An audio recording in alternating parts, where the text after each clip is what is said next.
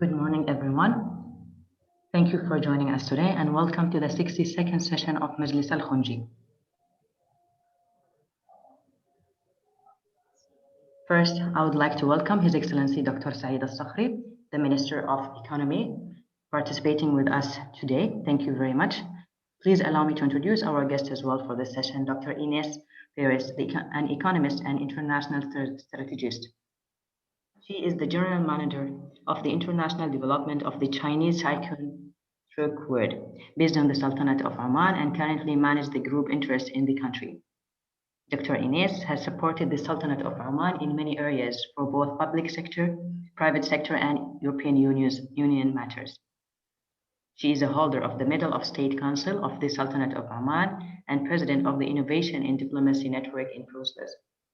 She is the former head of cabinet of the vice president of the European Parliament and still serves as an advisor of different stakeholders globally. Today, she will talk at Majlis Khonji about the private trade with the European Union, focusing on learning how Oman and private sector can benefit from the current Portuguese presidency of the European Union. Welcome, Dr. Ines, to Majlis Khonji, and I would like to welcome our session moderator, Mr. Abdul Wahab Al-Belushi, the director on the board of Zahara Travel and Tourism and one of the leading tourism companies in Oman. Thank you, Mr. Abdul Wahab, and over to you and Dr. Ines. Thank you very much. Thank you, Reham, and good morning, all. Special welcome to all the new participants, especially His Excellency, Dr. Saeed. It's a pleasure and an honor to moderate session in Majlis Khonji, as always. And especially today with Dr. Ines, a friend whom I have known for some time. And she is also a well-known person when it comes to Oman and the economy, because she has a special interest in this area. If it's all right with Dr. Ines, I would like her to start how, I know she's in love with Oman, as I always hear from her. I want to hear from her how she fell in love with Oman before she starts the session. To you, Dr. Ines, please. Thank you so much, Excellency. It's an honor to have you here. So my favorite subject is always economics in the world and Oman. So I'm the lucky one, I have to say, to be next to you. I believe so this Saturday morning. Thank you so much, Abdul Wahab, my friend, personal friend as well, for this warm introduction. Yes, I was in love with Oman when I was 11 years old. I'm now 44, so please, you can do the calculation. I don't know, I'm half Portuguese, half Belgium. So in some aspects, every Portuguese that knows about history, economical history around the world, they have to know Oman. And actually, I was lucky to be a daughter of a former governor of the Central Bank of Portugal for inspection and corruption. When Portugal was big, when we had Africa, Angola, Mozambique, and so on. So my father was in charge of a lot of anti-corruption matters and supervision of banks and private banks, commercial banks, etc. So I was quite lucky to start understanding when I was very young, with these 11 years old, which are the countries that Portugal had relationship with. As well, we were charged a bit with Chinese areas in Macau because of the past. So it's a bit the framework. So I started to read. I started to read about the sailors in Oman. And I discovered the best it was to run away from my own father when I was a little bit older, and actually to come from an adventure from Dubai to Salalah by car alone. So, of course, as a daughter was not the best and the most smart thing I have done, but as a professional now, it was one of the most beautiful things I have done in my life. So I know Oman from a touristic point of view, from an explorer point of view, from a discoverer point of view. So this started, this passion, by reading when I was 11, but I started to travel to the country in 2006.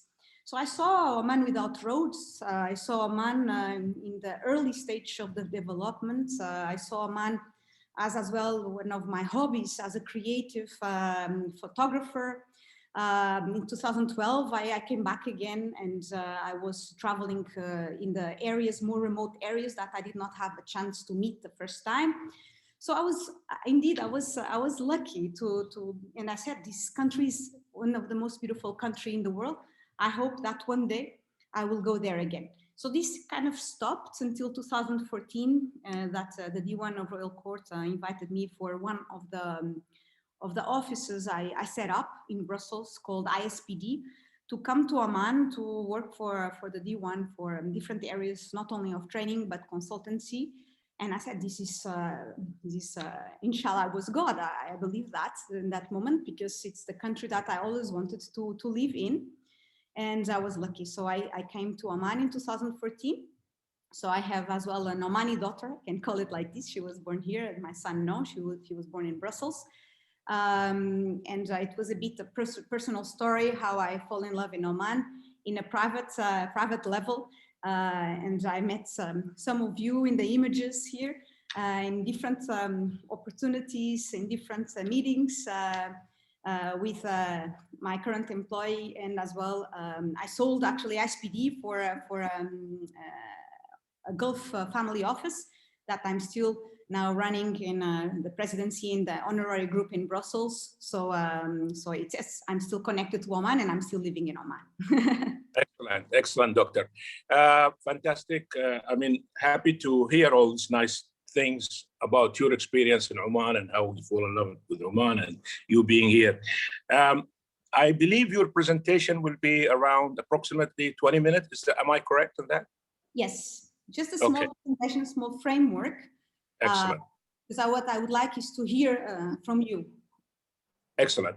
Then we'll let you go ahead with the presentation, and then after that we will have Q&A session, and people can ask all the questions they have or comment. Is that okay with you? Yes, it's perfectly fine. Thank you so much for the opportunity. Again. Excellent. Please go ahead. It's all to you now. Thank you so much. In this slide, where it's just a presentation of myself, there's a book that I wrote about Oman called Soft Diplomacy. This is a book that I believe in economical framework makes sense and made sense in the last years of Oman. It's because the way that Oman, in the perspective of the people do not know Oman, a perspective that Oman was always a soft diplomat while doing businesses, while developing the trade of the country and the international relations. So it's something interesting because Oman is not only the most powerful tycoon in their diplomatic relations, friends of everyone, we say the Switzerland of the Gulf is a common sentence here. However, there's more than that. And my suggestion since some years for Oman is actually now to capitalize in everything that Oman have done in the past 50 years. Necessary, I'm going to share with you this article I wrote in the tribute of the 50th National Day of last year, 2020, to send to you if you are interested to read about the sectoral development of Oman. So one thing is the reality of the Sultanate, another thing is the perception that the people have. We know all over the world after this COVID, everyone has a debt. Economical debt. This is the fact. Oman is one of those countries, however, is a country with these immense possibilities for development, is a country in development. However, the perception of what the country can do for a scenario of international trade is not yet known for the people that are not linked to Oman. What I mean is there's a big bunch of reality of we have partnering with China, we are partnering with Germany. Actually, we are importing for a lot of countries, especially France, but we are exporting a lot, for example, for Spain. What happened is that this is the fact, this is the reality, this is things that we can find statistically. The perception in the current so-called economical framework is always takes a bigger bunch of what the people feel if the country is a good partner for doing business or not, including this relationship that I'm here today to share about the European Union and Portugal presidency and Oman. So the perception of Oman that usually counts a lot. This is the proportion that you can see in this image. Around 75% is the perception, and the reality really does not count so much. Only counts for the ones that import or export or that have direct contact to a nation. Meaning that Oman is still unknown, and I don't like to compare for the other regional countries, but there's a perception that is very big regionally, where Oman is seen as a smaller sister or smaller brother. I would like to change that actually. So how we can do that is in a matrix that we are managing here in Oman. We have increasing cultural diverse workforce. If you say yes, but now with the new laws, what is happening in the country, the changes, maybe this is not true anymore. It depends on the type of analysis we are making. If we are making an analysis to transform the country into a diversified, economical, stable nation that can contribute not only for the growth of the country itself and the objectives of high-level diversification from the main industry, that is the oil and gas, it's true. So that means this, the partnerships can be seen as partnerships more than just pure workforce. What I say about that is the majority of expats, for example, like myself, that are in the country, that lose their jobs, they leave immediately. Or the investors that are investing in the country, from the moment that they don't see that is potential growth opportunity, they leave as well. Do I agree with that? No. I do not agree personally and professionally. Why? Because the cycles, the economical cycles of growth and constructivism of a new development economy, and I'm someone that I lived around Africa as well, you need to maintain the so-called 9-month cycle, economical cycle. So you cannot prove in 1 month that the country or the nation or the sector or the company itself we're investing in would be sustainable or not. It's not possible. The people would like to have everything in 1 day is not possible, but as well, we don't have to wait for cycles then 5 years. Sometimes it's not necessary. So we have as well now a danger because of this COVID-19 or 20 or 19 plus. We are in danger to always say the right and the wrong thing, because we always give a lot of opinions with no analysis behind it, or analysis that are a bit copy-pasting in general for what others think. For example, what Dubai is doing, or what Riyadh is doing, or what Doha is doing. So sometimes in the societies in general, we always tend, which is natural, tends to observe what the neighbors are doing. Oman has an international wealth that Oman does not even is conscious about. And I say that now as a foreigner, not as a lover of Oman, as a foreigner. Oman is not only a hub of this geostrategy, geopolitical, soft diplomat that exists for the last 50 years, but as well is a potential attractor of the external stakeholders, like you can say. We can really attract the investors, but the problem is sometimes we focus too much our energy, our resources, financial resources, and national resources and branding resources without actually focusing what we have already in the country. What I mean about is sustainability. There's a lot of efforts in attracting foreign investors, but we don't protect the ones that are already here. And I say as well, the middle investment. The middle investment are the ones that are not the tycoons, that meaning that they don't have enough investment to be done in Oman. They leave for another hub. Why? Because Oman is still in the 75th ranking of difficulties in doing business with. Now things are improving. Now things are very becoming lighter. However, for the ones that are still here, I believe that in the last part is we need to be in constant growth of the international interactions to understand how Oman is being as well talked about out there. And I don't believe that we should start just a branding campaign with no strategy all over the world about Oman. It's not the philosophy of the nation. It's not the philosophy of the tissue, the sectoral tissue that we are living here, but is a matrix that we need all together to reflect from the interests of the government, but as well the private sector, together with the foreigners or the investors that are currently in the country itself. So there was the economical model that I have shared this in Oman maybe more than 300 times. I'm not exaggerating, maybe this is going to be the 300th one, where each organization in the private level is the center of the attention. And this is not a so-called economical autism. This is actually a sustainable economical development from the private sector to external. Why? Because we can always export if we are within the regulation, if we are already developing our international partnerships, if the country itself, and is what is happening now, is supporting us to continue export from Oman. So the investment should be attracted for only one thing. This is again, my opinion. It's all questionable, of course.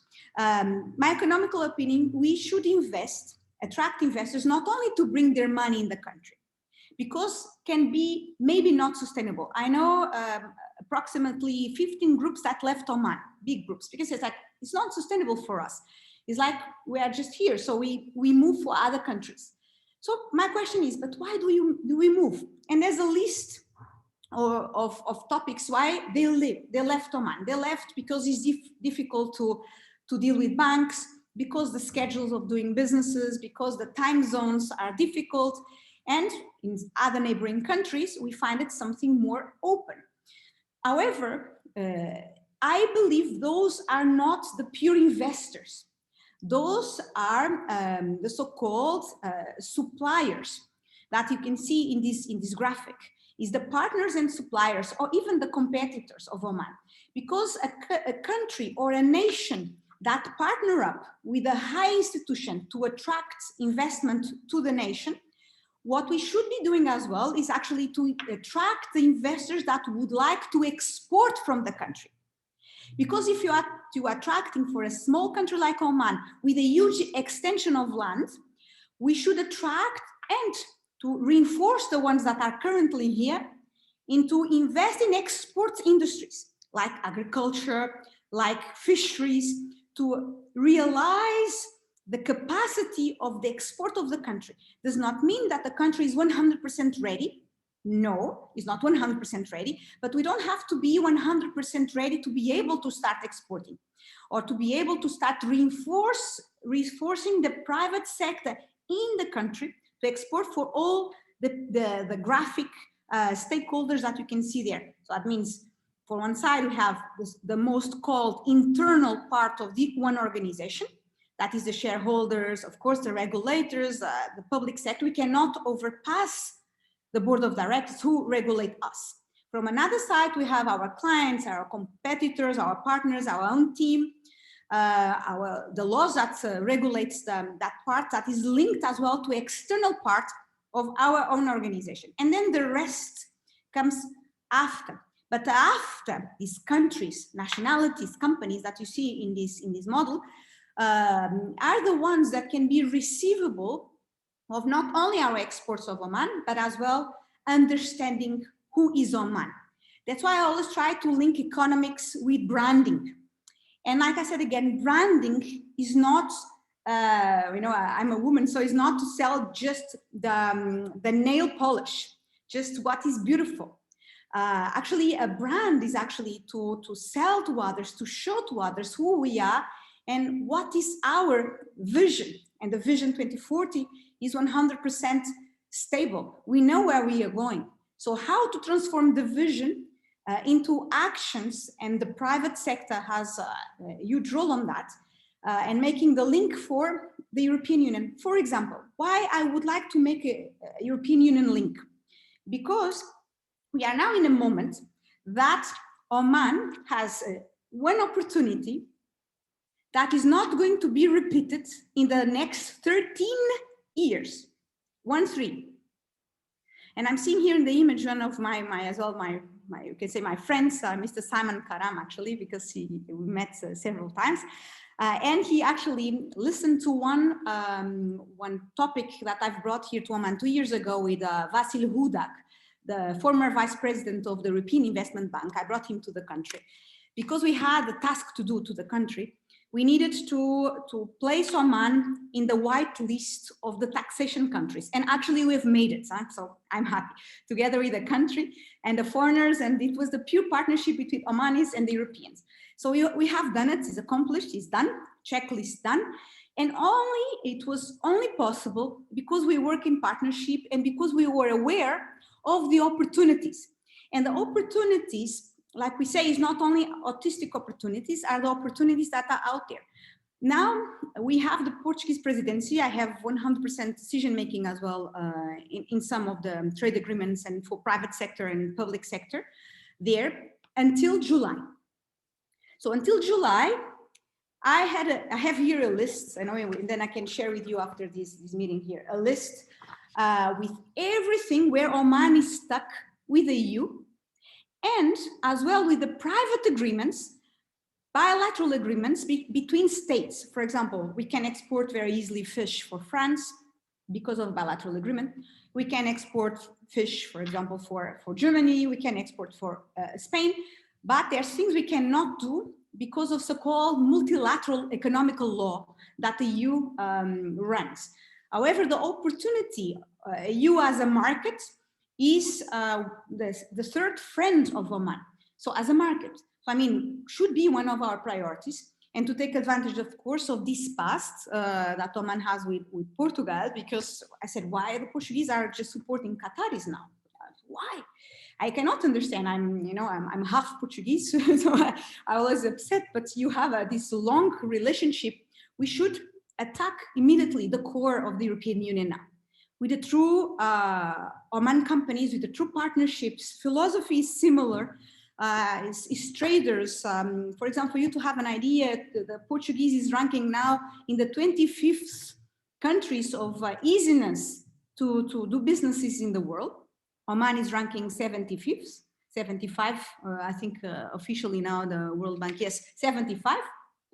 So I mean, we can really partner in a way to have a gateway to enter to the whole EU.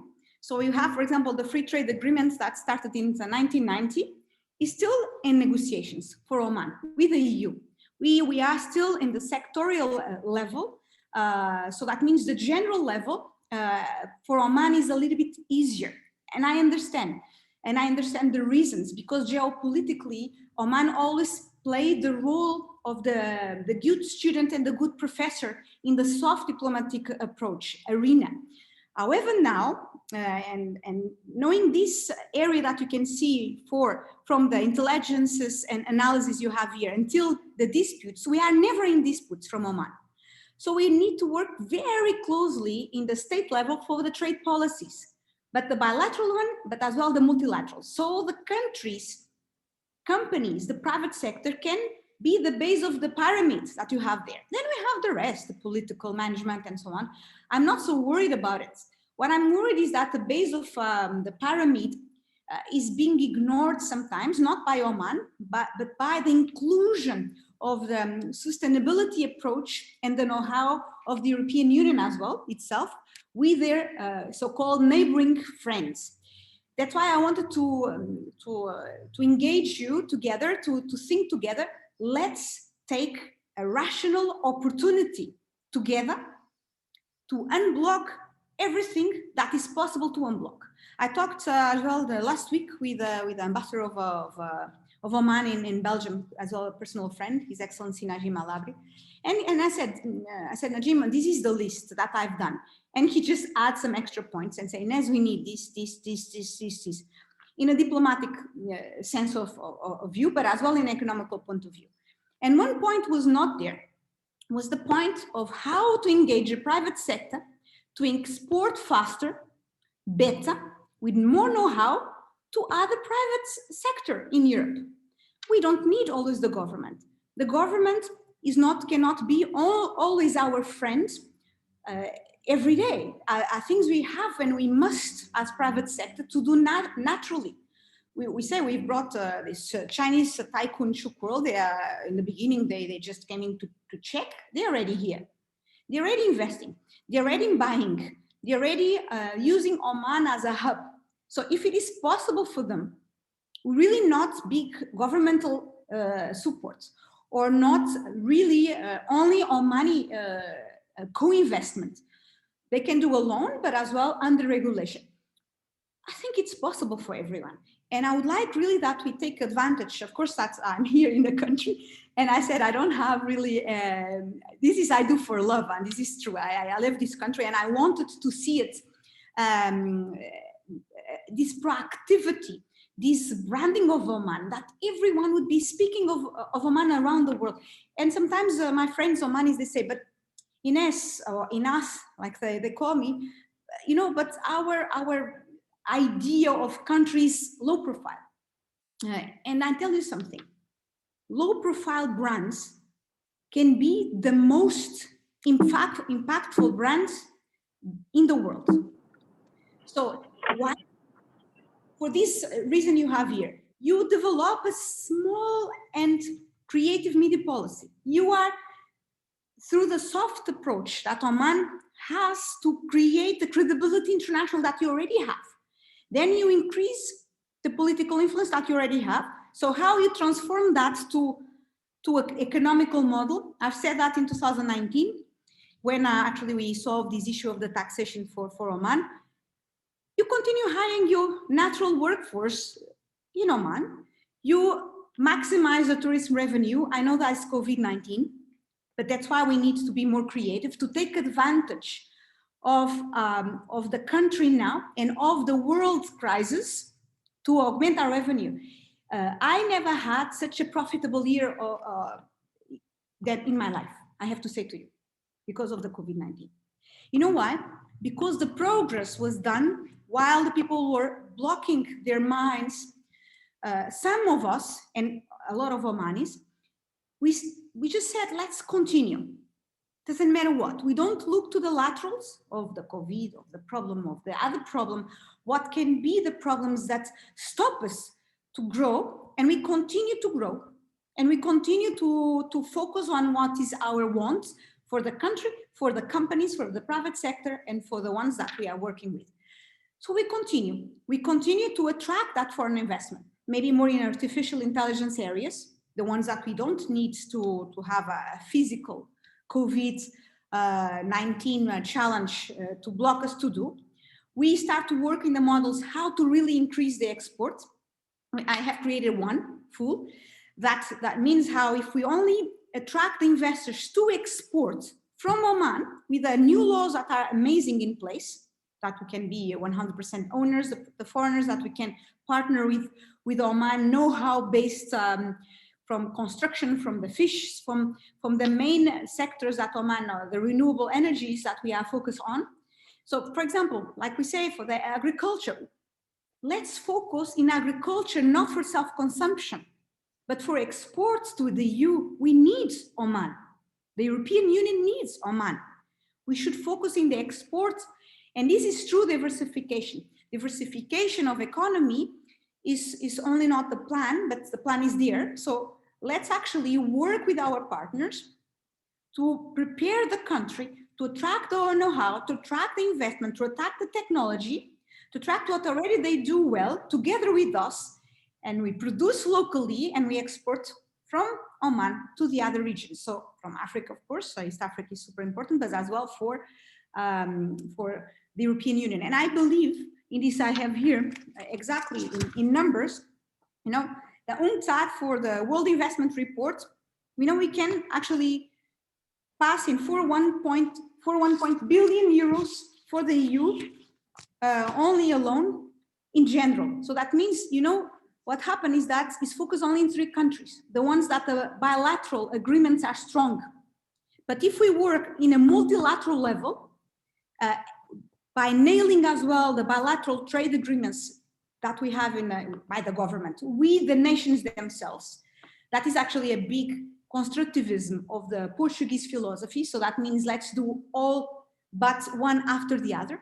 Until the moment that match is completely correct as well, the zero personal income still here in Oman. I mean, you can be partnering now with 5 countries extra in Oman, from Oman in EU. And the only big partners Oman currently have is really Spain and France and Germany, these 3. UK is considered now a so-called external market, so one of the big markets. So you don't need to exchange any relationship, because this is 100% bilateral. But I believe that that in economical relationships, they can be developed one by one. For example, under the Portuguese Presidency, you have as well the development for the Latin-speaking countries. So that means Italy, Portugal, Spain. Then you have as well to maintain Germany and France is maintenance. So I don't believe there's nothing else to do there. But the potential, we have 28 countries. We have a really strong relationship with artificial intelligence for Latvia as well. So it's already being done. It's need now to be declined from this public level to a more private, practical, partnership-oriented Oman partnership. And this what I call about the national brand of Oman. So it means we don't need to, we are not a neighbor, you know. We don't focus only on brands. And that's why I even love Oman, is because of that. It's because of the capacity and self-awareness of the country. The cultural and the global perception of the country is very good. The people are coming here for tourism. We know that is a COVID. I repeat that. We know. We are all aware. We cannot jump. We cannot now ignore that the COVID-19 exists. Of course not. But we should not focus now in working in something that we cannot bring in the revenue that we are willing to get. Does not mean we cannot work on the plan. Okay, let's continue working in our touristic plan, but let's work very avid, very frenetically with the involvement of all private sector in the exports. Let's work on that, not only in the public image, what Oman is capable to partner with the national and international organizations, but as well in the private sector. We don't only need to be in partnership with the government. Sometimes it's important for the things that are high-level regulation, but there's really possible to augment a business network like the Majlis Khonji, where we are, to augment that partnership to an external point of view through a national brand of Oman, to why Oman, something that I believe we should take advantage of these next 6 months. We don't have 6 months anymore, we have 4.5 months. But I believe we can do to really, even can we then together can even calculate how this impact is being done to the country. How many nations we could partner with just for the exports in Oman. So meaning that, okay guys, if you would like to come to Oman, to invest in Oman, just to leave money here, but you need us to be, that you supply to us, we don't have this capacity now. Okay, I don't think it's a problem. We can say we need you to help us to export from here back to you. This is the sentence. There's a lot of nations, a lot of sectors within the EU, but as well in China and as well in Africa that could actually accept the challenge to invest in Oman, to export from Oman to others. For me, this is the stake. Is the stake I wanted to leave it for today. I mean, for example, you have here in the country brands and the experienced countries in front, you see Oman. This is an Anholt model, and you can see there that Oman is near Saudi Arabia, near Taiwan, near Russia, near Poland, Estonia. Up to Oman, you still have Bahrain, like called status countries. And you have other countries that so-called country brands. By nature, the countries that are called country brands, that they have a brand, that they have something unique about them, they are richer. They are richer. It's not because they want only. is because they created a brand for themselves, and not a brand of everything to say we are amazing, we have good food, we have good sectorial lines, we have good geopolitics. They did not create anything general. They went for specifics. So United Arab Emirates there is very high, United Kingdom, New Zealand, Austria, United States, Australia, because they went for specific. It's linked to the trust. So that means, imagine that I have, and it's true what I'm saying now, I have 10 multi-billion groups that are in the verge to come to Oman. I need to convince them to come to Oman. It's difficult sometimes, but sometimes it's not so difficult. But depends on that brand, because the things that I say are true. In the sense, I tell to the group, you have, this is the positive, this is the positive, this is the positive, this is the development of Oman, this is what is potential. However, of course, there's challenges, but the people, they don't mind. Usually the investors, they don't mind challenges if they have a reason very concretely that differentiate us, Oman, from the other ones. If you give something that is totally differentiating, believe me, everyone came from here. We cannot forget that Singapore was one of the poorest countries in Southeast Asia. And now we know how is Singapore, because there was a factor of differentiating. For me as well, I believe that Oman can just target the 3 bigger friends. If Oman targets the 3 bigger friends of Oman, including European Union, what is going to happen is that the impact is strong. Is the diversification mentality as well of our partners that would like to export from Oman. So it's a question of sentences in Arabic, in English, en français, in Portuguese, in Spanish, in Russian, is to the sentence that we would like to use in the economical development of our nation, Oman, that matches for not only the diversification vision, but with what very good at in a combination. So that we are good for tourism, it's a fact. That we are good for potential because it's a place that geopolitical stable and a place that is safe is a fact. But how can you group our characteristics in a way that brings us economical revenue fast? Believe me, for my experience as foreigner, is not only to attract, is actually to maintain. We can have a sustainability of 4% more just to maintain the ones that are here. Don't let them leave. And then we make the efforts with those examples to attract more. And for me, is to create an industry and an economical perspective to export 100%. We are going to develop Oman to export. That's it. We don't develop Oman just for bringing in the people to go to see our wadis. This is going to be a so-called collateral positive spillover effect, like we say in oil and gas. This is going to be a spillover effect, for sure. And how we protect as well the country to maintain a soft diplomat. We should maintain, this is amazing value. We should. Okay, Dr. Ines, I think your 20 minutes are over, and I'm sure your passion, enthusiasm, so great. Has no wings. I give you a minute to, I give you a couple of minutes to conclude. Please go ahead. Yes, so I would just like to wrap up to see that for my professional experience and how to partner up with EU, but as well to our main partners, to prepare the country and to create the brand, economical brand of Oman to export. Solely for that. The rest will come. Excellent, excellent, excellent. Excellent presentation, Dr. Ines. And if you allow now for a Q&A session, and I see His Excellency, Dr. Saeed might have a question or two. I leave the opportunity for him to ask the question if he has any. Ma'ali al-Wazir. Thank you, Mr. Abdul Wahab.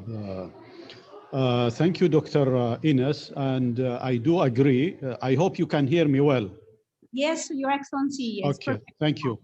I agree with you that things start with love. With love, everything is possible. So I definitely have something in common with you. And I also agree with you that engaging the Omani private sector with the European Union private sector is a good strategy to look into the partnership that will benefit Oman and help Oman in achieving its goals to try to diversify its sources of income. The question of augmenting, I think, partnership between the private sector, the Omani private sector and European sector, from experience, I mean, I don't want to disregard the formalities and the government role and so on, but and of course that is very important. But I think from your experience, I think it will be very beneficial for us. Besides, let's say this sort of dialogue that between Khonji Majlis and you being present here and promoting this relationship. What other do you think channels that will probably facilitate and help the private sector to be to partnership with the European private sector, Omani private sector and European private sector? Thank you. Thank you so much, Your Excellency. Thank you so much.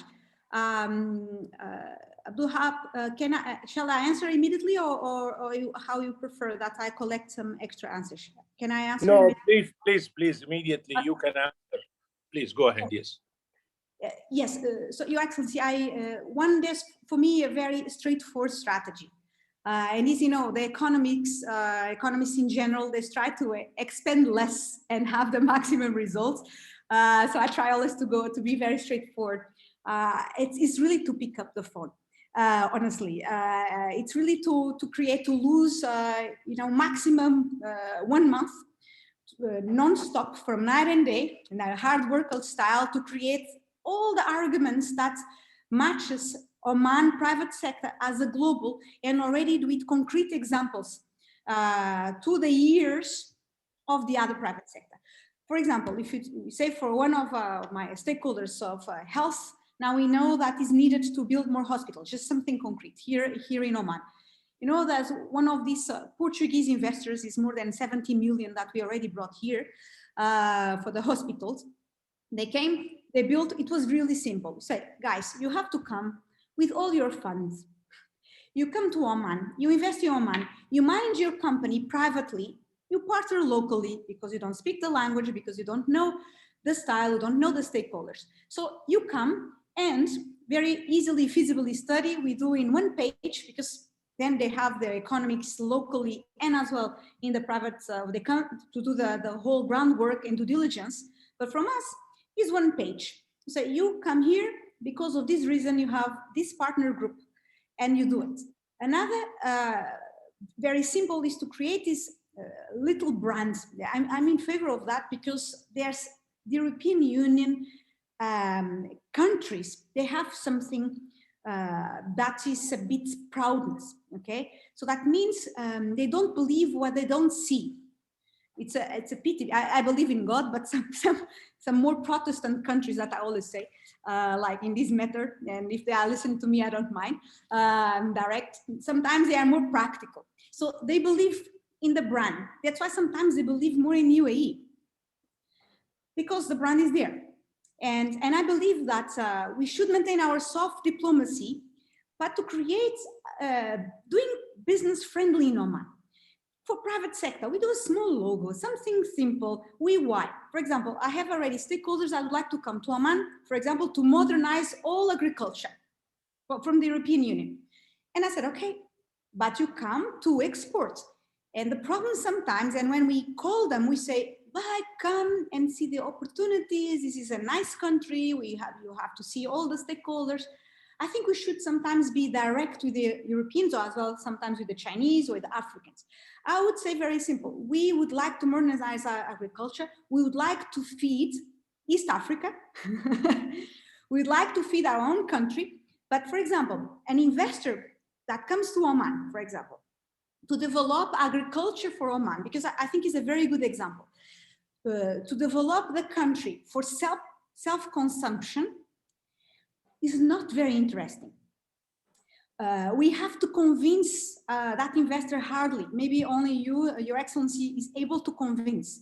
But the private sector can say, okay, let's do a model, so-called a private model. And I want as well to disregard the public sector, because I don't belong to the public sector, but I have belonged all my life, half of my life. So sometimes, yes, we have to disregard the public sector, follow the rules, ask support from the government. But in this, I believe that we should not just justify our inability to make businesses because of the government. And I tell you, this is a woman, a white woman in the Sultanate of Oman that's done all alone from scratch. So I'm not Omani, I'm not a man. I did not have friends when I came to Oman. I told you my story.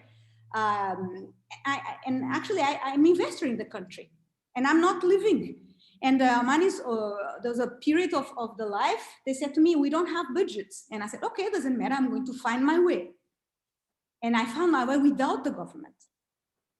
So what I believe is that we should be direct and to see what we need and what the investor as well needs to be convinced to come to Oman. And because the majority of the people that do not know Oman, they will not risk in a so-called non-friendly country of doing business with. They prefer easy. The people like easy. Hello.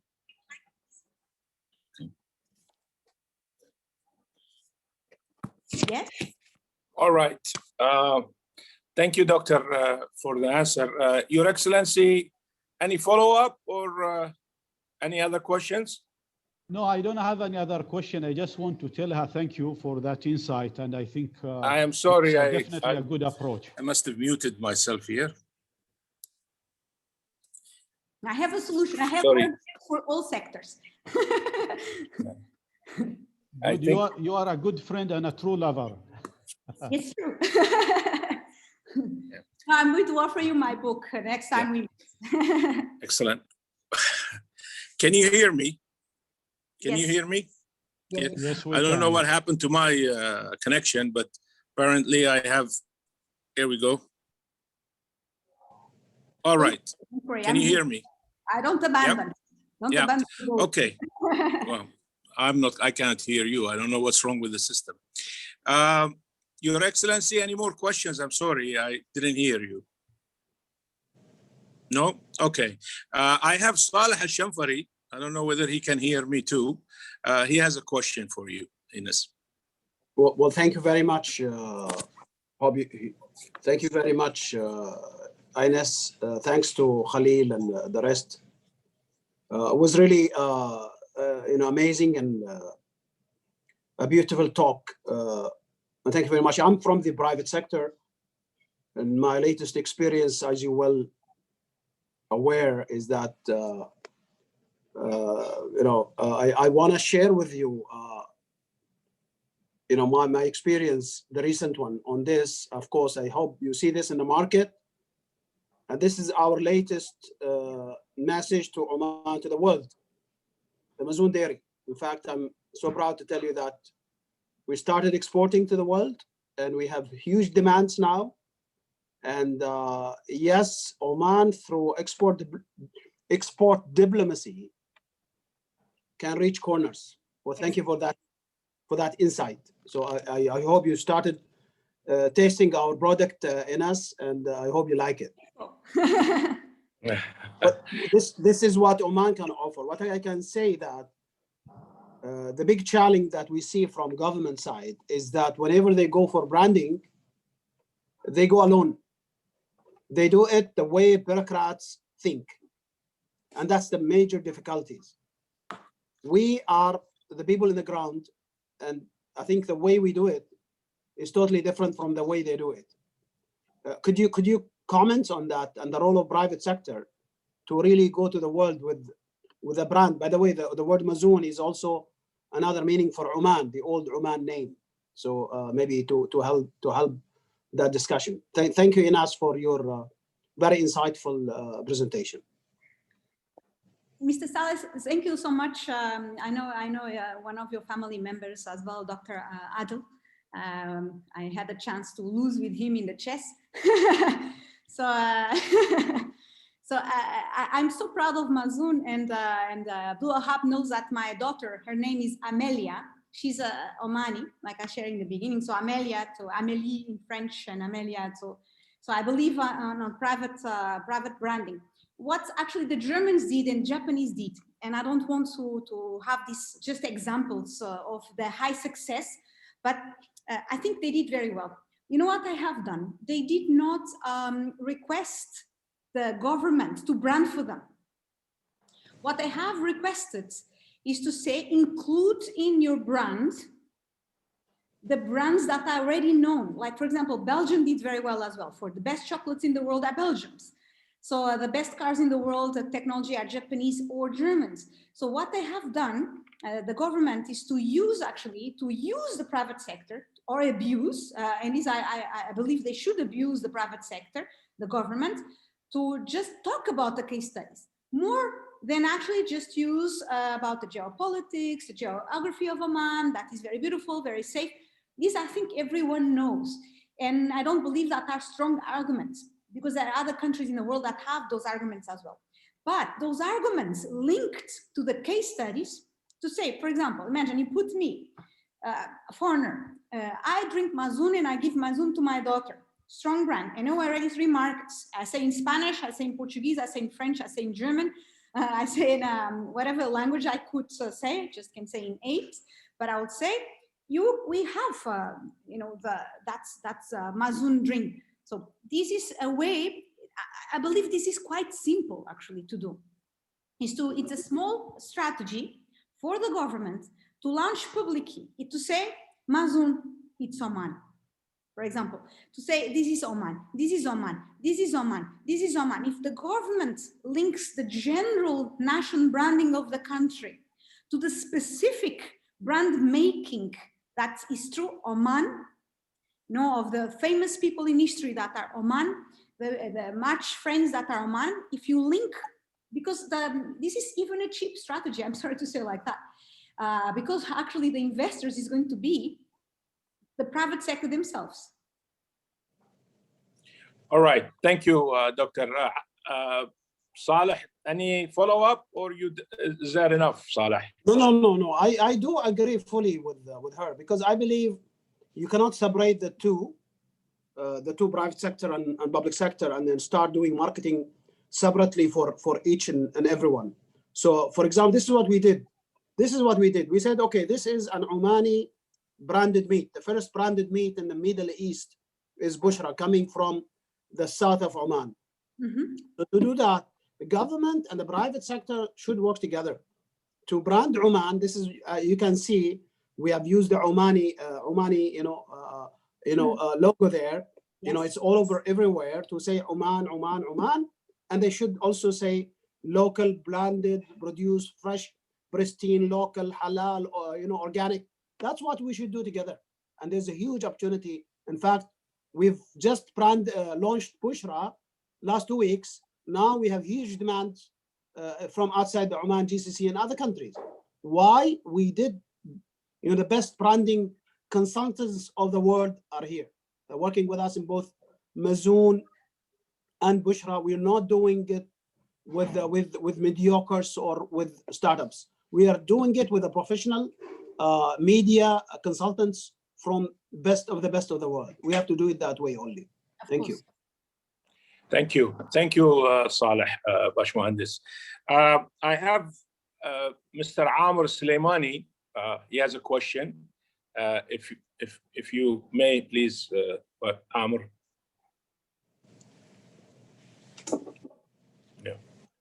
شكرا ما عندي سؤال أصلا ما أعرف. Okay, I thought you had a question. I must have got you wrong here. Comfortably. Okay, all right. Great presentation in all cases. Thank you. Okay, Mr. Simon Karam, you had a question. I believe you're in the queue. Thank you very much. Thank you, Dr. Ines. Ines is the way, we have the name in Arabic, Ines. Yes, I know. So it's natural. You see, for example, my friend Ramesh Khonji, it's an Indian name, but he's Omani.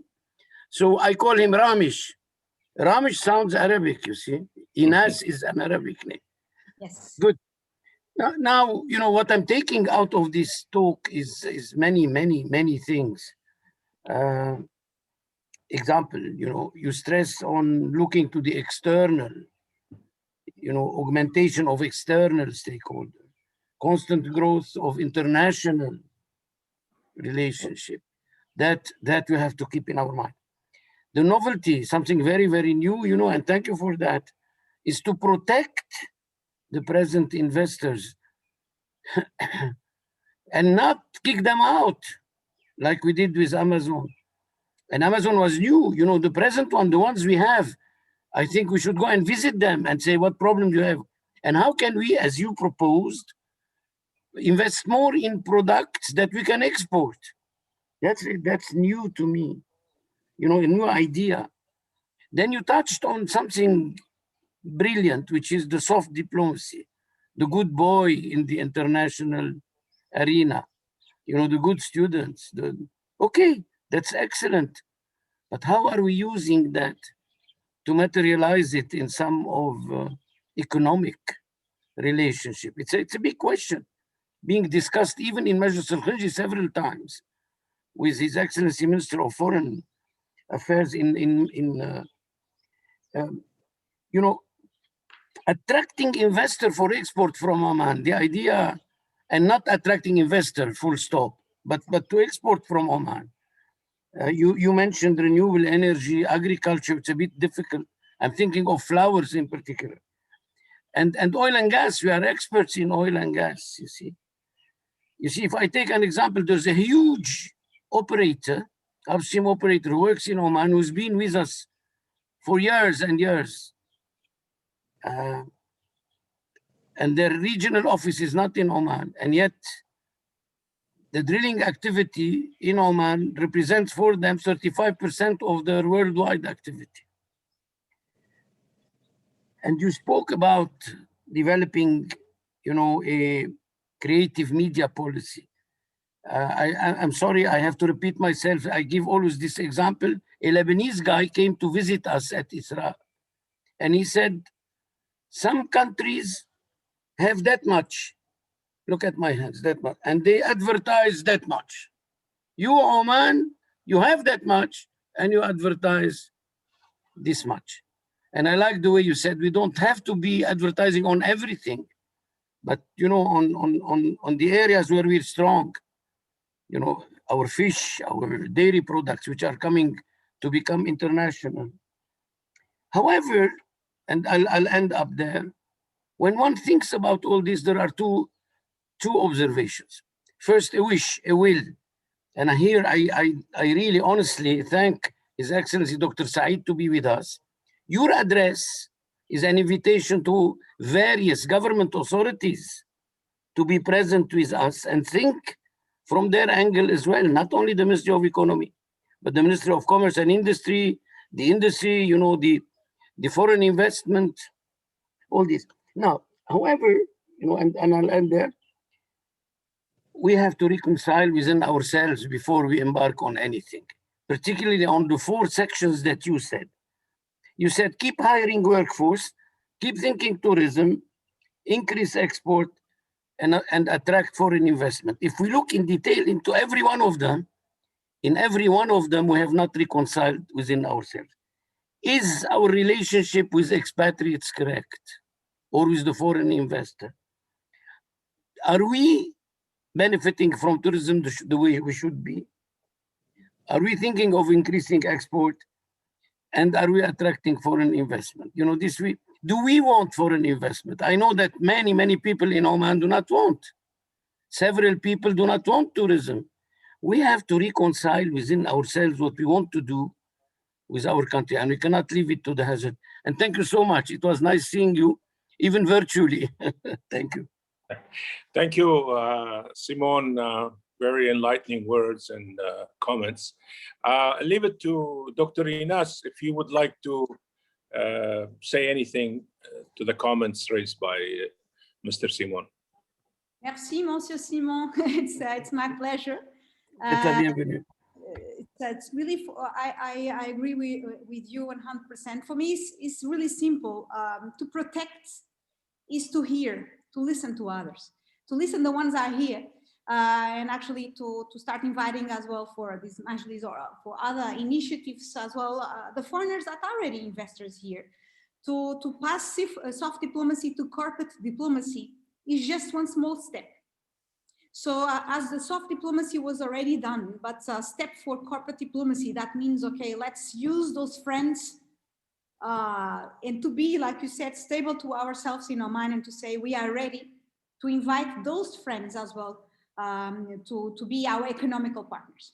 This is a step, but has to be a decisive step or a decision, internal decision for sure. And to attract investors to export, it's simple. We have to understand what is the path of wealth or of maintenance. So if we are not satisfied with the current status, we have sometimes to do things we don't like brush our teeth every night. We prefer just to eat the chocolate, of course. But sometimes we have to do in the world, you know, and as half Belgian, half Portuguese, I tell you,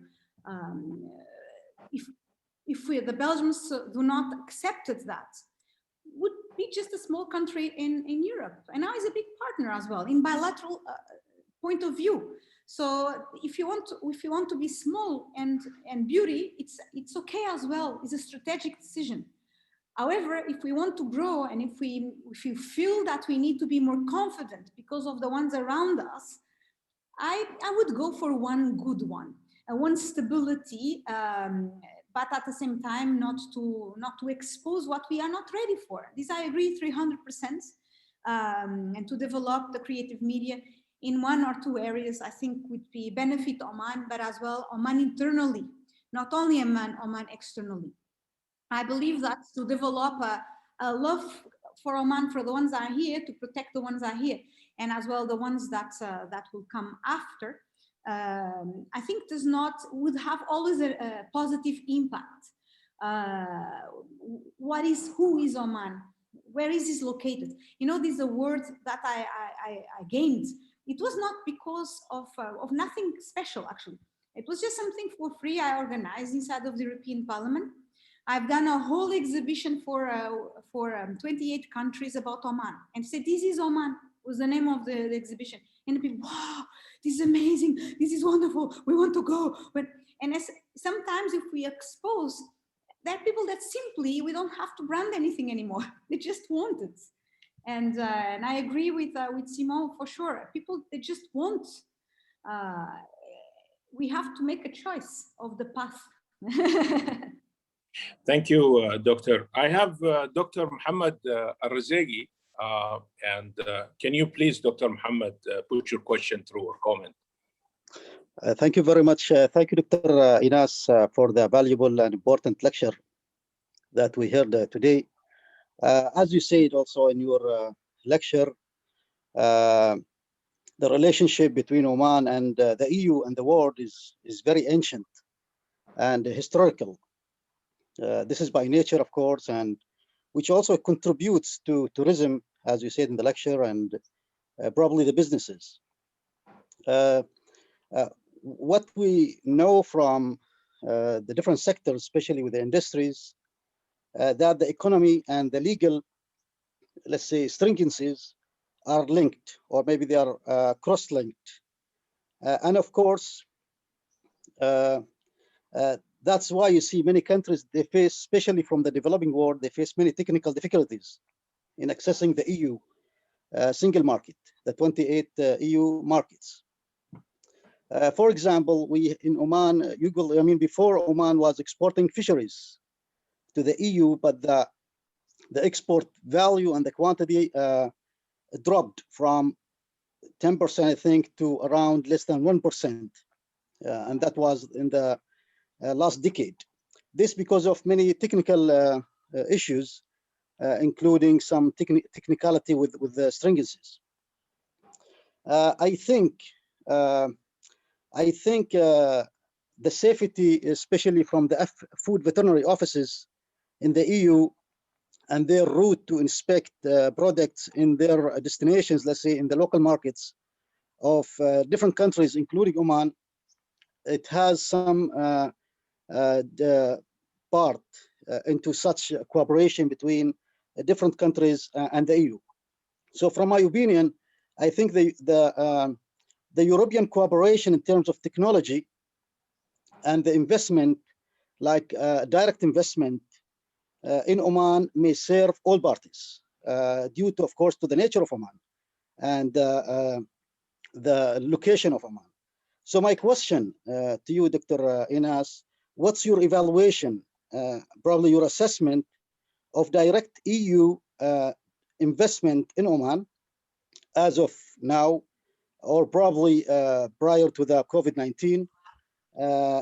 And also, are there any confrontation, let's say, as you mentioned, in clean energy, in probably industries, some tourism of these industries? Of course, Engineer Saleh, he gave us a good picture of their wonderful experience of Mazoon and Bushra. And of course, I'm sure they are going ahead with their expansions as brands of Oman. So there are many newly brands are coming in the market. So what's your evaluation of such cooperation in the near future? Thank you for your nice presentation. Thank you, Dr. Mohammed. Dr. Ines, you're too. Thank you so much. This is an excellent comment because it's the reason I'm here. I wanted to ask you, for the country and for everyone here, a favor. The favor is, I have decision making now in the EU until July. That's it. Me, this person. There's two big problems in the fisheries, actually. For example, we cannot export Oman, just an example to underline what was said, to China, because COVID-19 came and auditors from Chinese inspection, because it's missing one inspection of a certificate of quality from China. There's just needed one visit from China to Oman, one missing. I was actually working in that folder of the fisheries, was everything done for China, but one missing, and unfortunately did not come before the COVID, and now was not proven that the COVID does not enter in frozen fish. So the Chinese only want to come to Oman maybe mid this year. So it was a window of opportunity that for now we lost, and we lost a lot of big margins. You know why? Because you have to export via Vietnam, meaning that it's already another country that benefits instead of being direct export to China. You can export, but via others, never direct. Russia, same case. EU, as you said, is a global problem. The compliance within the European Union, because of the certificates as well, was not done. So what I wanted to ask you, and renewable energies, etc., is to take advantage that now, for ones that do not have a lot of insightful what means European Union presidency. It means that every 6 months, among the 28, there's one country that is the president. That means that takes decision making. Sometimes Belgium, sometimes it's, now it was a combination called trio that came as well from Germany. So now is Portugal, and as I told you, because I'm half Portuguese and I have the main office in Brussels, and we are dealing with this meta 100% for the European Union. And I'm not living in Qatar, I'm not living in any other country, I'm in Oman, so I'm not in another place. When meaning if we want to take advantage with exactly what Dr. Mohammed now just said, this is the moment. I can do something until July. After July, I cannot promise anything anymore because I know who's there. So what I mean is that if we want to create, as you said, overpassing the problem that we have currently, that is the cooperation agreements that we stopped in 2008. We started to sign a cooperation agreement in 1988 with the UGCC, where included Oman, that now is 100% closed because it was not yet negotiated to what that represents by sectors. I was always a bit critic of that because I don't believe in general trade, because general trade just does not focus again in what is possible. So I believe that what should be possible is that we actually do the right compliance now. We say, okay, let's start with 2 areas which I know by a fact here in my paper that is stuck for the trade flows, because actually European Union can become the #1 of Oman export. So let's start with the fish. Let's close this problem once and for all and upscale it. We know that we don't have the quantity because Oman does not have a modernized fishery industry yet. But but if you start to actually allocate all fish out of Oman for the export, and if we decide to do that, then it's very easy then to answer as well what Mr. Karan said before, to actually invite the investors to modernize the fisheries that to export to EU. Everything then is linked. Let's, for example, go to a specific area, fisheries, to renewable energy, the same. If we have the sun, if we have the space to do solar plants, and we have already some investors in the country that are willing to do solar plants, let's improve our compliance and regulation as well to export to the EU or other nations. Because like I said, today was about more EU to take advantage of this Portuguese presidency, but there's other regulations that we can solve as well, like Russia or CIS markets, and as well China to continue improving that relationship and maintaining. But I would like to actually reinforce these needs that we have now, these 4 or 5 months, to do a little bit of common, I'd say a better word than the word lobby, to do a common advocacy, corporate diplomacy, the true passage from soft diplomacy to corporate diplomacy. This is now the moment. So let's do it, actually starting on Monday, the 15th. Excellent. Excellent. Well, that's an invitation, Dr. Ines, and everybody's listening there should take an opportunity on this. I have quite a few other questions, and I'd like to leave the floor now to His Excellency Khamis Mubarak Al-Kiyumi. If you may, Your Excellency, your question or comment. Thank you very much. Dr. Ines, now already your Ines name is the most popular one, so we'll call you Ines. It was very, very, very useful session, very informative, and many, many points I took, but I would like only to address a few things. Number one, you said that we failed to maintain the middle investor, or partially failed, and some of them left. So we must have some kind of reason which make them unhappy and go to other place to invest.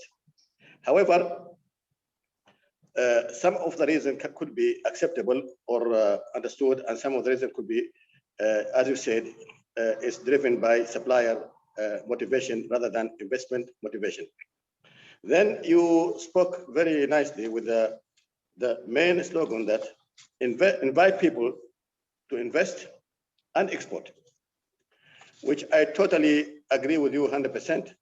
This is the success of Singapore, this is the success of Hong Kong, Taiwan, Ireland. One day, Irish used to say, export or die. So I totally agree with you. Then I will address in this one, which is you say that come to invest and export. To invest, what kind of stability, investment, environment, and policy you think that we should handle? And also to export, what kind of investment, environment, and policies you think that we should focus? Because the stability of the policies and stability of the banking system in addressing the foreign investor and stability of labor policy, all are important to avoid frustration and to avoid leaving the place. So please help me in this. Thank you very much. Thank you, Your Excellency. Dr. Ines, would you like to respond? Thank you so much for that, Dr. Khamis. Kumi, this is extremely, you touch the pain now. It's true. When we touch the pain, we have as well to address it. It's like, we have pain in the teeth, we go to the dentist. We have to address that as well. I have a list, I have a 10 points list actually, because I did by myself an interview for the majority of those stakeholders that left Oman. I was personally at the time a bit sad. I said, but guys, you don't want to make an extra effort. The main insecurity at the time that this happened was as well when His Majesty passed away. we have as well to see in context. Majesty passed away and came COVID. So when these things happen together for the country, and I congratulate this Oman because it's not easy.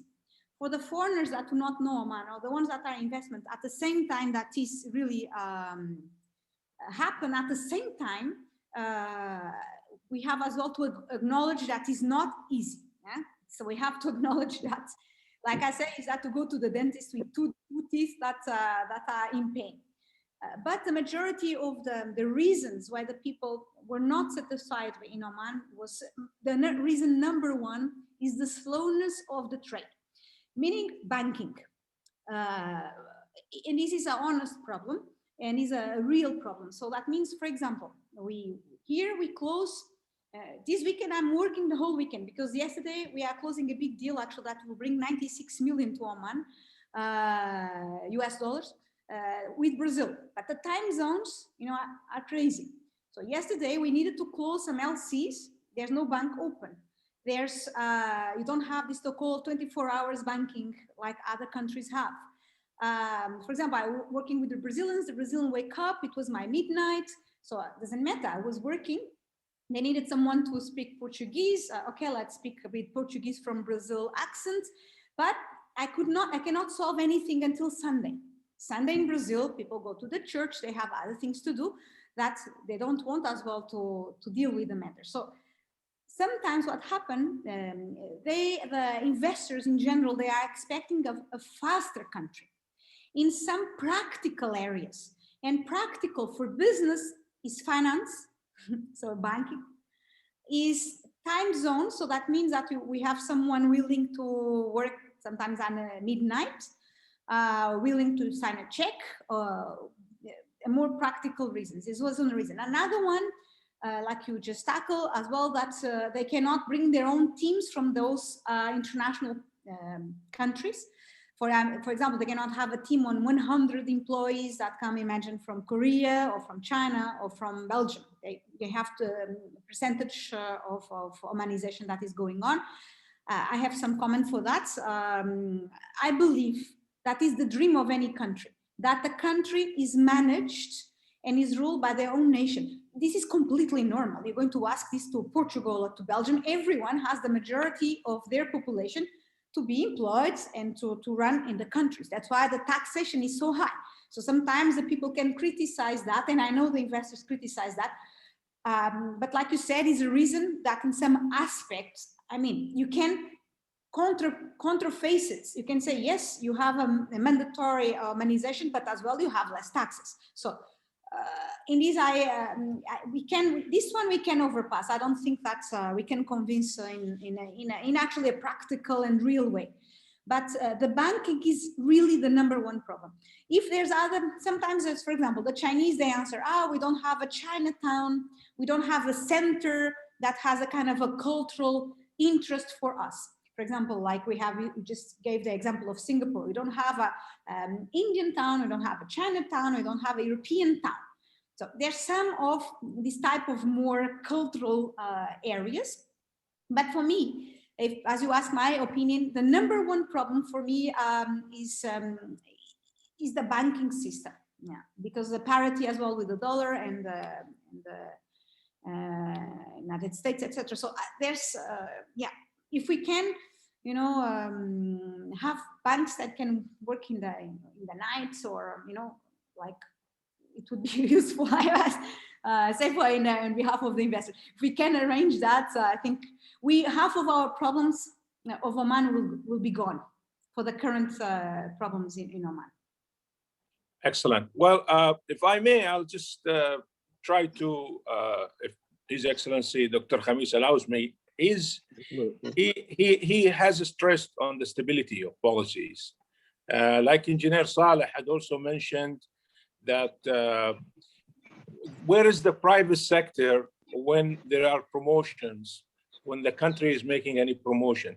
So the question here is, from the experience from Portugal or from the European Union, how that is addressed, the stability of policies, or policies when they are how the private sector is involved in formulation of the policies that impacts the private sector. And likewise, when promoting the country, and as far as promoting the private sector, how does that also work? Is my question clear? Could you please just quickly shed light on that? Yes, this is an excellent question. For example, just a brief example. In Brussels, I lived in Brussels all my life, all my life, adult life. In Brussels, you have 735 institutions that are just global associations that are in chamber, like a chamber of commerce. And associations by sector, they serve only one purpose: is to or defend or protect or influence the government, or to explain to the government by sectors or by areas of governance. This is so-called corporate governance or public affairs. So the public affairs are not only institutions, because sometimes people do not like to talk about lobby or advocacy, but if you don't focus on these negative things of the word, but if you think what is really public affairs, is 100% the involvement of the private sector with the government for decision-making, for compliance, and for policies. For example, we have, imagine, the Association of Fisheries of Oman. We have the Association of Renewable Energy. We have the Association of Health Hospitals. So, for example, what does those associations, for example, in Brussels, they do something extremely useful. That is the research. So from the private sector, they do the research to show to the government through research. For example, if I was working in the Fisheries Association, the government, imagine His Excellency Dr. Said, asked to that association or to that chamber or to that network, Ines, do you mind to ask the team of experts in fisheries from both construction to export, to import, to technology of, I would like to have a whole report to take a better decision making. Imagine, then I will meet with His Excellency Minister of Fisheries, of Agriculture and Fisheries, and together we see what is appropriate for the country.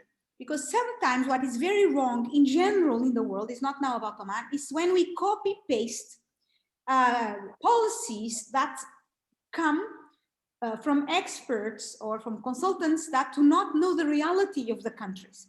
So I believe, and I think it's very good to decline the general policies to what is happening now in Oman, because we're talking about Oman, we're not talking about another country.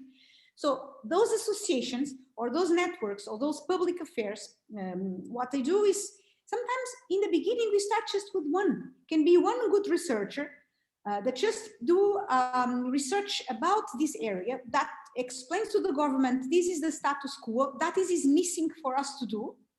There is task force, and Oman has task forces, but Oman maybe do not have yet organized public affairs. We can say like that. Because this is all a bit new. In Brussels, how this works is very simple. It's like you have hearings. So it comes the Association, imagine, of Fisheries, they do this all research. They go, imagine, for the European Union. They say, this is what is our new findings for the European Union. For example, if now we go as Oman, okay, as I call the commissioner, I go from Oman and say, guys, I would like to show why Oman should sell to EU. Me, I can write this with my team, but I need the Omanis, I need the experts, I need the sectoral experts, I need the minister to go with me, or cannot be only the private sector. Has to be a true partnership, the sharaka. That needs to be a true combination and two voices that goes together. So a voice of the government together, the private sector. And for example, in that day, imagine that I have this hearing, this opportunity. What will we do? We say, okay, we have here 20 fishery companies that come together as the supply for EU. Don't worry, because if you only deal with Oman fisheries, now it's a stake is a bit more dangerous, but other stakes are easier. But if you all go together and we do a kind of association to sell to the EU, we can comply, we can fulfill, we can sign that contract, as an example. So what I believe that Oman can get organized quite easy. Instead of putting like partnerships for everything that is general takes time to see the results. Like I saw here in the comment of Mr. Mahmoud Sahi, to improve the government, but as well, these things takes time. So we need to focus by the areas that can be faster or that are already regulated. So in a good way for export. So this is my vision, is we go to say, okay, which sectors we'd like to start, mentioned by the government, the fisheries, the tourism, the other areas, the renewable energies, oil and gas, the maintenance. Can we sell or not, for example, gas or not, gas maybe not, but just plastics not allowed. How can we do this? We start by 5, no, it's a nice hand, 5 sectors. We all together, combine these public affairs actions, and we say, but just for the export, if we want to export, of course, like Ms. Simon said. This is how we do it in Europe. It's how we do it in Europe. Excellent. Well, since you mentioned Mr. Mahmoud Sakhi, I would like give him an opportunity to put his question across. Yeah, and I have a small comment afterwards about that. Thank you. Okay. Thank you. Mahmoud, can you please, if you are still with us? Yes. Yeah, please put your question across. I'm sorry, I was waiting for her to go ahead. Please go ahead. No, I just wrote the question, but just elaborate on it. Yeah, I just want to know these big companies which Oman, I mean, gave them excellent, I think, investment opportunity here, like the major ports. I'm talking about the private sector now, the European, and in oil and gas. We don't see the downstream or the real contribution to the economy in improving. Let's say even in logistics, if you take the ports, when we discuss about exporting the fish or vegetables, we done now currently we added value to the supply chain of the fisheries, which is being now exported to Russia, which was one concern for the Omani exports. But we don't see these major ports which are given to European companies adding any value on this supply chain. Same thing in the oil and gas. We don't see any real economic contribution by them in terms of exporting real product in Oman or creating industries other than the raw material they're taking. So how you think that European, private sector should be more contributing more valuable in the economic growth in Oman? And thank you. Excellent. Thank you, Doctor. Would you like Dr. Ines to elaborate on that question? For me, it's simple. I agree with you, but at 300%, not even 100%. It was the beginning of this talk. While Oman start to create a brand to attract investors, just like this will never improve. They come here in a supply mentality. They don't come here to invest to export. So for me, this is simple. It's just to create a policy or to create a national branding philosophy by the government and the private sector to say, guys, as everyone in the world, everyone says that the countries are the best in the world to invest. We just want one thing. We would like now partners to come here to help us to export. That's it. Because if they would just come here and to bring this and to put their companies here and so on, the people come in the idea to, I'm going to make money from our country. I don't want that mentality, because this is not true anymore. We all have to be competitive in the world. I know for this we go, if we just want to put the money and that's it, and wait that the supply chain works naturally, this is not the country to do that, Oman. This is not the country. It was not be, I don't believe this is the country. However, sometimes is a so-called wording in the investment attraction. And actually, I told that in the past to the Undersecretary of Investment, Dr. Asila, Her Excellency. I know her personally from many years. And I told her, if we just develop general, attraction of investment, everyone will not be in the overall, as a result, very satisfied after 20 years. We have to really focus what we want Oman to become. What we want. If we want to be a hub of export where the industries comes, let's create this a hub. I mean, I have already 10 companies in line to come. But for this, of course, we need to give something. Does not mean that is the supply chain, but to say, no, we are not attracting you to try to sell us products to us. You know, because this is just a simple supplier investment. For example, if I came here for the first company I had, I came here as a supplier for the government. Okay, it was very nice worked, but since I start to know more Oman, I knew that would not be a country to be supplied to. Actually, it was the opposite. It would be a country that I would supply others from. And this is what I believe. And it's maybe just a syntax, but it's very important one. Right. Okay, I think that answers Mahmoud's question or his query. I'd like to give the opportunity to Brigadier Haji Adam. Please, floor is yours, Haji. Well, thank you very much. Actually, I have nothing. You know, she answered almost all the questions I had in mind. Excellent. And what I see that, you know, maybe we lack awareness in the whole process that we are talking about. Everybody talks about this problem and we don't know from where to start. So maybe we need to educate our private sector and the government on these opportunities. I mean, this is what we are lacking, I think.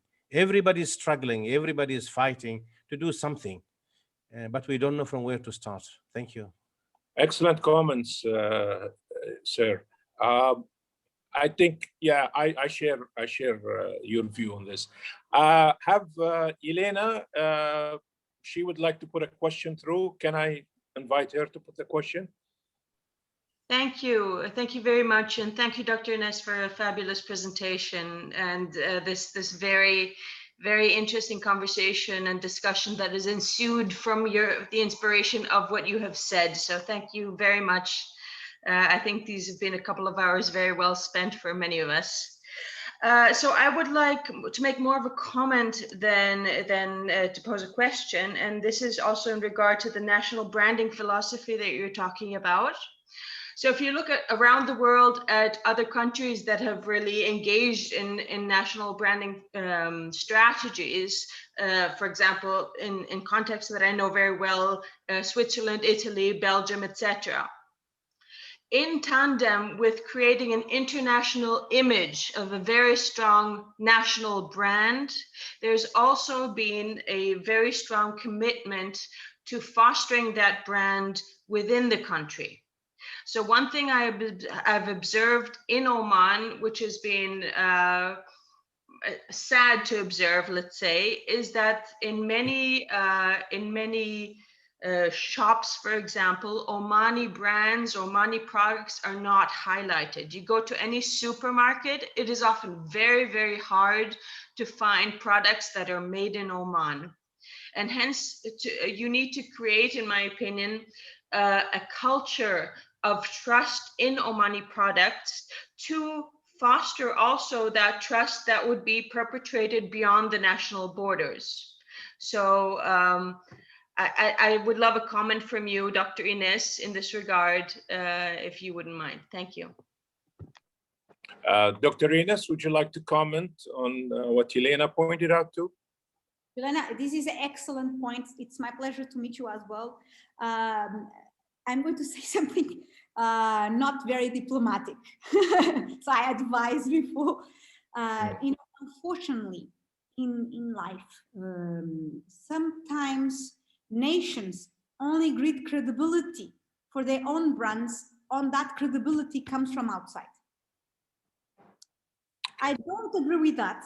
I don't believe that that Oman can should be proud, of course, of their own brands, but sometimes Oman just, or any other country, this is not only Oman, but to just realize how important that brand, for example, Mazoon or other brand is, when we can prove case studies about that specific brand. So actually for me, this is even linked from the comment before. How can we start? What can we start? Where is the starting point? Because after all discussions on the last years about the brand of Oman and how can we position Oman, that's even Abu Ahab was saying, for me, there's a very straightforward as well, like myself, I always think very straightforward way to do things. And as well, Brigadier Ablushi said, but how can we do it? You know how we can do it very easily. And I believe this is easy. And how to engage everyone is actually to package Oman, is to go really to bottom from north to south and to find everything, to do a true research work, to package everything as a strong brand of Oman that is being sold all over the world. You know, imagine I pick up my papers, I go there and I go to find, to package that with then, like you said, a brand, a logo. This doesn't matter that. I mean, at the end of the day, we find a nice logo made in Oman, finished. We put the nice colors. At the end of the day, this is not what is going to be.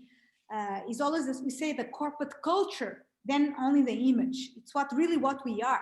Otherwise, like I said in the beginning, it's just a nail polish. We don't want nail polish. We want the same nail with a nice polish, which is something different. That I can take out my nail polish and I don't have today, and you can see that I have the same nail.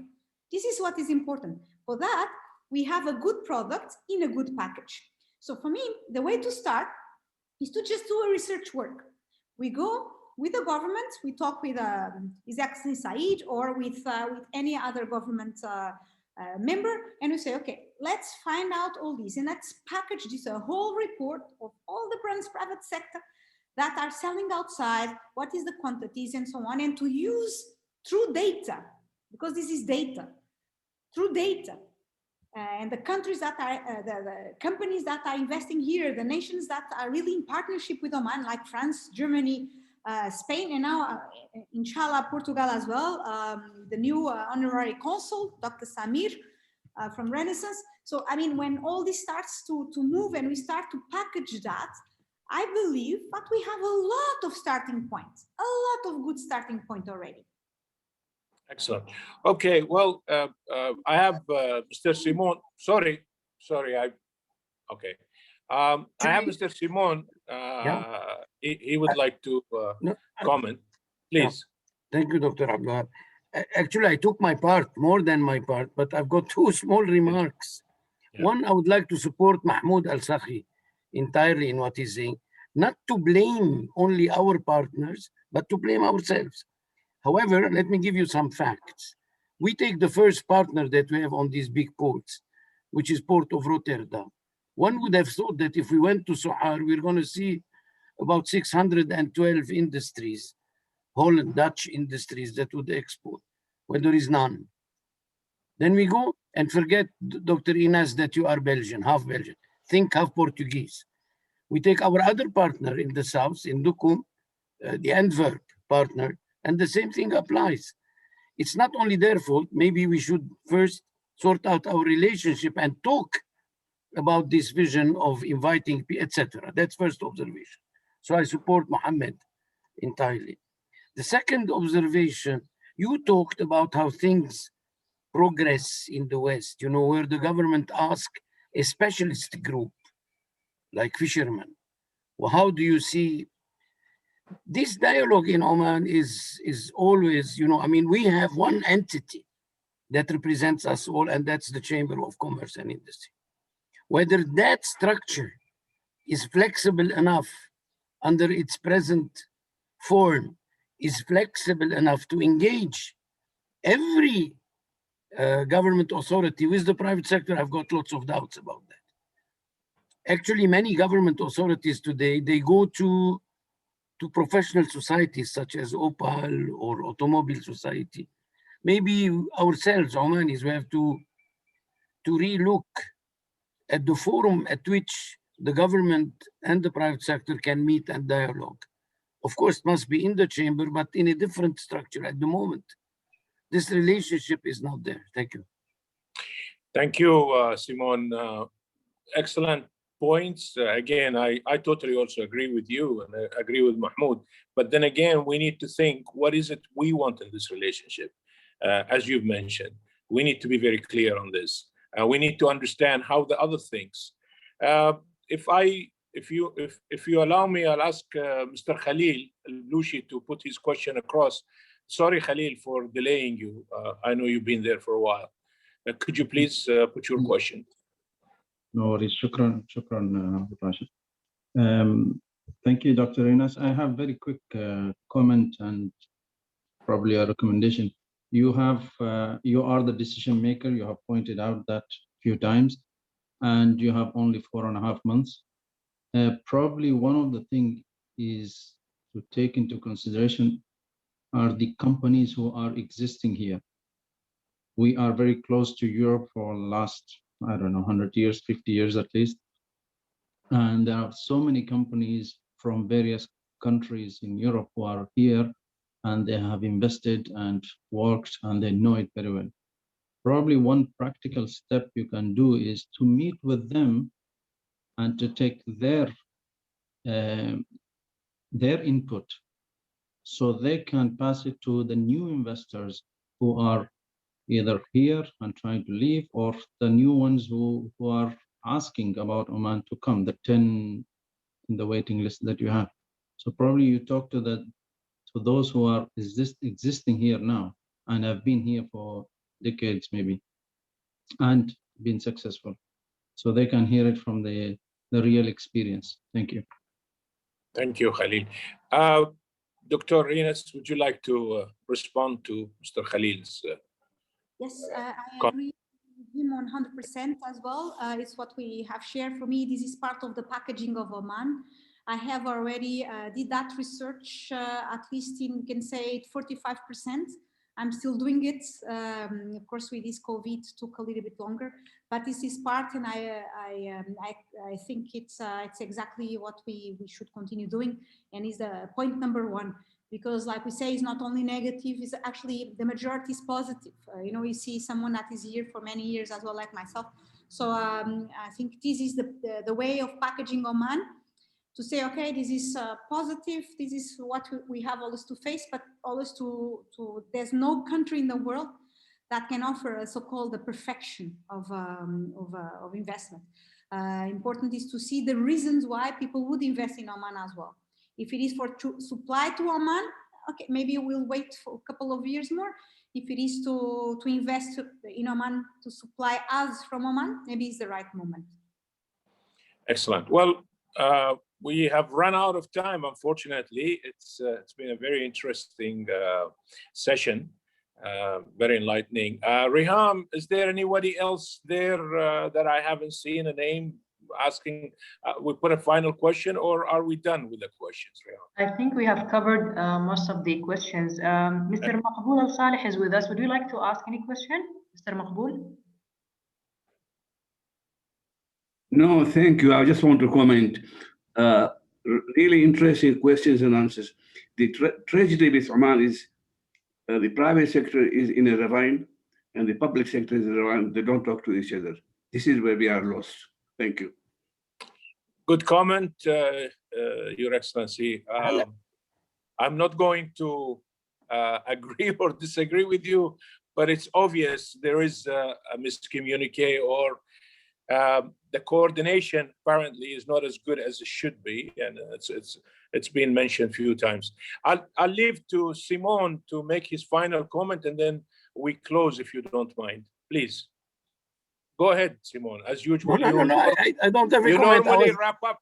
I know you summarize everything. So yeah, I think I did it a little bit earlier on, you know. Okay. Where Dr. Ines brought some new things for us to think about protecting those who invest in the country, and encourage them to invest in products that we could export, on highlighting the fact we are to use our soft diplomacy. We are the good boy.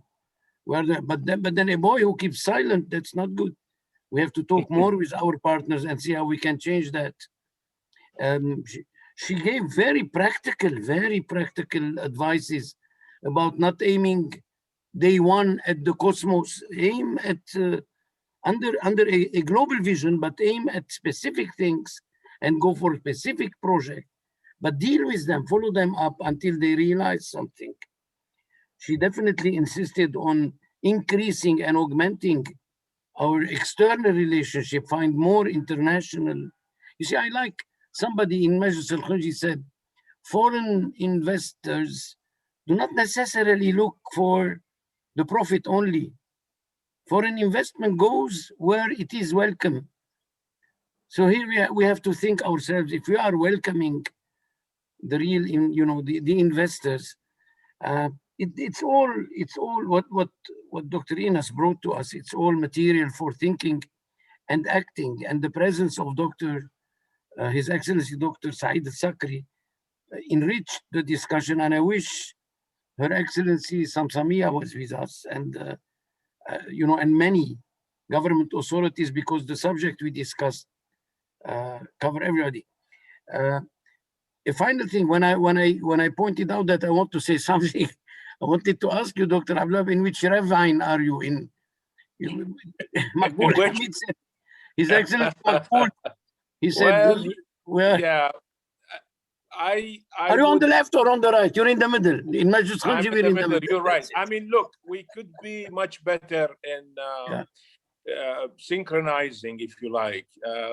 We know government is very serious, and government would like things to be done in the best way possible.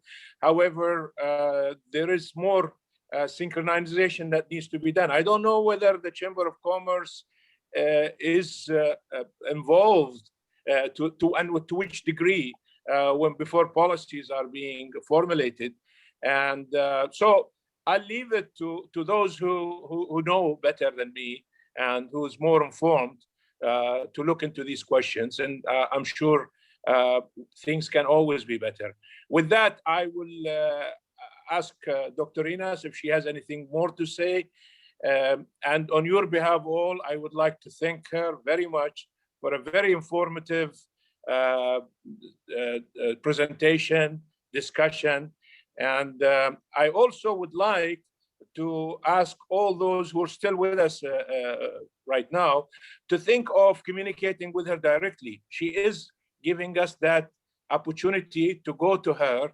She is involved in the next 4.5 months at least in making things happen. If there is any windows that can be opened or can be approached or developed. So with that, I would leave the final words to you, Dr. Ines, and I thank everybody on your behalf. Please, Dr. Ines, your closing remark. Yes, thank you so much for actually, it was my pleasure to see some of my colleagues here in Oman again. It's my pleasure, really.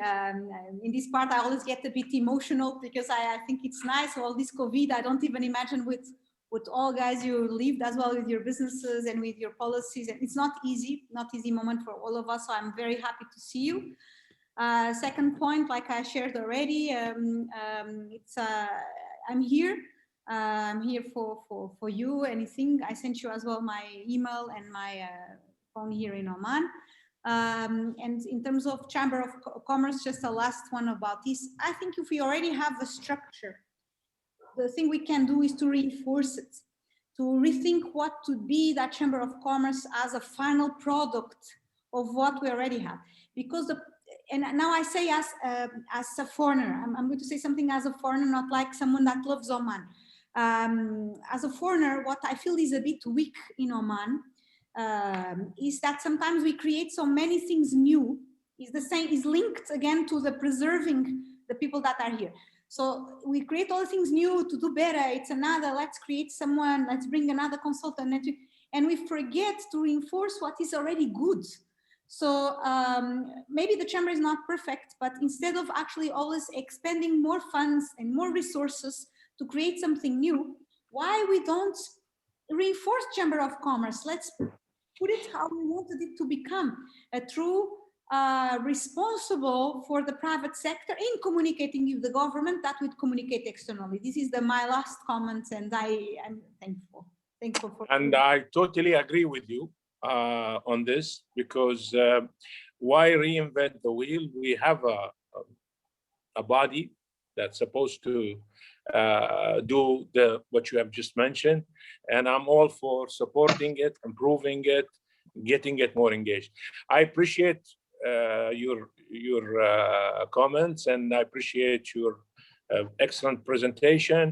I thank you very much for being patient to all these questions, and welcoming also any further queries or cooperation. And I wish you all the best. Thank you very much. Wish you a pleasant day. And thank you for everyone who stayed with us and those who have left us earlier.